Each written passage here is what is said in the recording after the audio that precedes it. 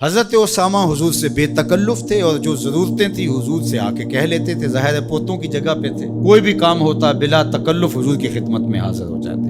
حضرت اسامہ بن زید کہتے ہیں ایک دن رات کا ایک حصہ بیت چکا تھا اور مجھے حضور سے کوئی کام، کوئی حاجت حضور سے جڑی تھی اور اس کی تکمیل چاہ رہا تھا، تو میں رات کے وقت ہی آ گیا۔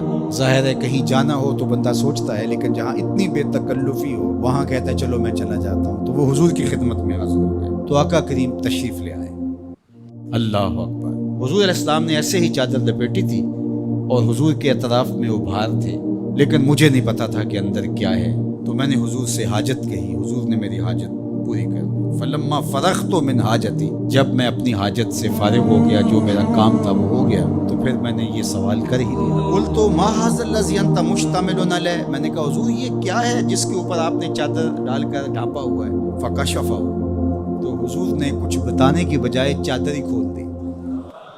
جب چادر کھلی تو منظر صاف تھا۔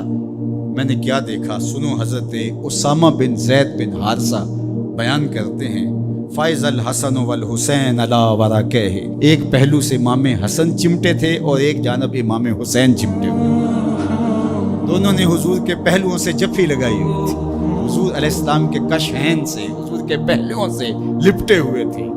اللہ اکبر، ظالمو تم نے تیر حضور کے پہلوؤں پہ مارا ہے، حضور کے پہلوؤں سے یہ شہزادے لپٹے ہوئے ہیں۔ اور پھر آقا کریم نے کیا کہا؟ فقال ھذان ابنایا، فرمایا یہ دونوں میرے بیٹے ہیں، و ابناؤ ابنتی، اور میری بیٹی کے بیٹے ہیں۔ اللہم انی احبہما، اے اللہ میں ان سے پیار کرتا ہوں، فاحبہما، تو ان سے پیار کر، فاحب من یحبہما، اور جو ان دونوں سے پیار کرے مالک اس سے بھی پیار کرے۔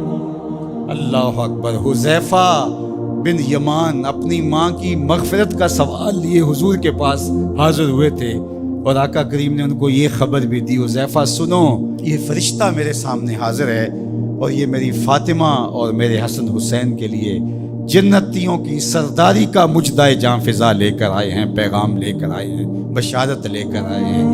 یہ خاندان عالی مرتبت خاندان، کبھی حضور ان کو چادر میں سمیٹ لیتے ہیں، کبھی مباہلے کی آیت کا مصداق یہ قرار پاتے ہیں اور فرماتے ہیں اللہم ہؤلاء اہل بیتی، یہ ہیں میرے اہل بیت، اور کبھی آقا کریم علیہ السلام کندھوں پہ سوار کرتے ہیں، کبھی حضور کی پشت پہ سواری ہوتی ہے، اور کبھی حضور بشارتیں دیتے ہیں کہ لوگوں کو بتا دو کہ یہ میرے فرزند، یہ عالی مرتبت شہزادے جنتی جوانوں کے سردار ہیں، اور میری شہزادی جنتی خواتین کی سردار۔ یہ عالی مرتبت خاندان جن کی عظمتیں اتنی بلند ہیں اور جن کی رفعتوں کے پھریرے لہرا رہے ہیں، تو جتنا اونچا منصب ہوگا امتحان بھی تو اتنا اونچا ہوگا، جتنی بڑی شان ہوگی تو امتحان بھی اس کے مطابق ہوگا۔ پھر 10 محرم کو جو امتحان ان شہزادوں نے دیا اور ثابت کیا کہ ہم سرداران جو جنت ہیں وہ ایسے نہیں بن گئے، کیسے کڑے امتحان سے گزر کر کے ہم اس مرتبہ رفیع کے اپنے آپ کو حقدار بتا رہے ہیں۔ کوئی یہ نہ کہے کہ پیغمبر نے اپنے نواسے جان کے ایسے ہی بشارت دے دی تھی اور یہ عظمت ان کو حاصل ہو گئی تھی، ورنہ ان کے اندر کیا رکھا تھا۔